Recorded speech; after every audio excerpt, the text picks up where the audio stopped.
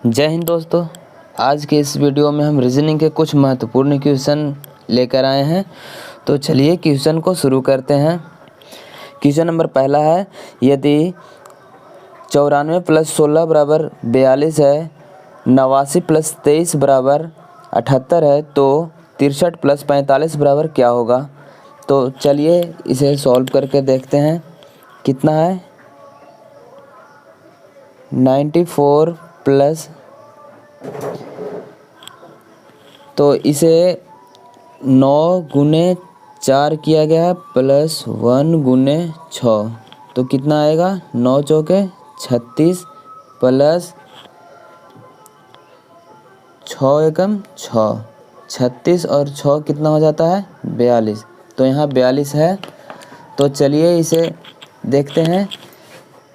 ये कितना है 8 और 9 है, तो इसे आपस में गुना कर देंगे। 8 × 9 प्लस है तो प्लस बीच में दे देंगे, और 23 को 2 × 3 लिखेंगे। तो 9 × 8 = 72 प्लस 3 दूना 6, तो 72 और 6 कितना हो जाएगा 78।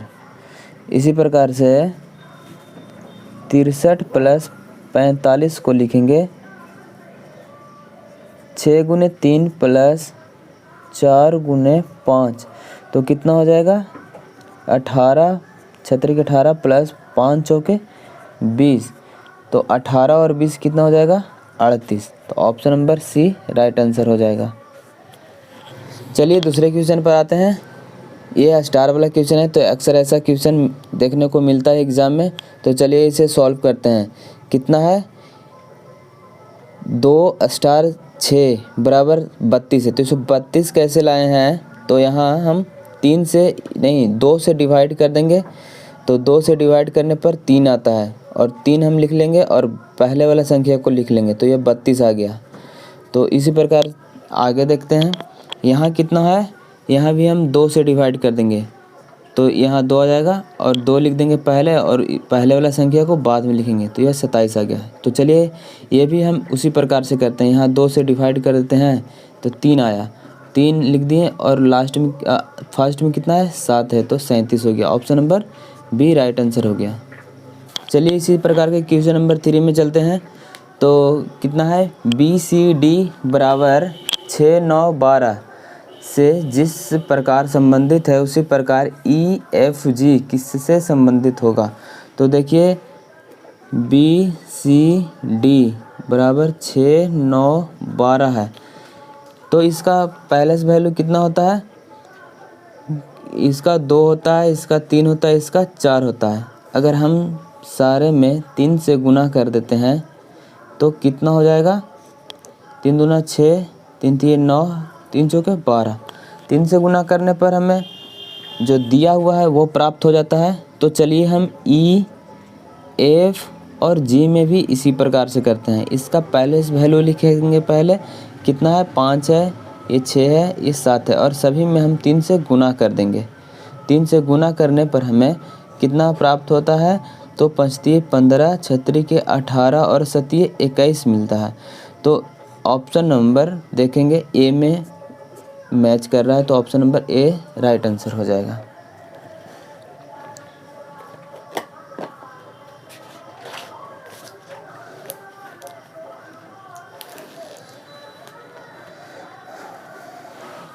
चलिए अगले क्वेश्चन पे आते हैं।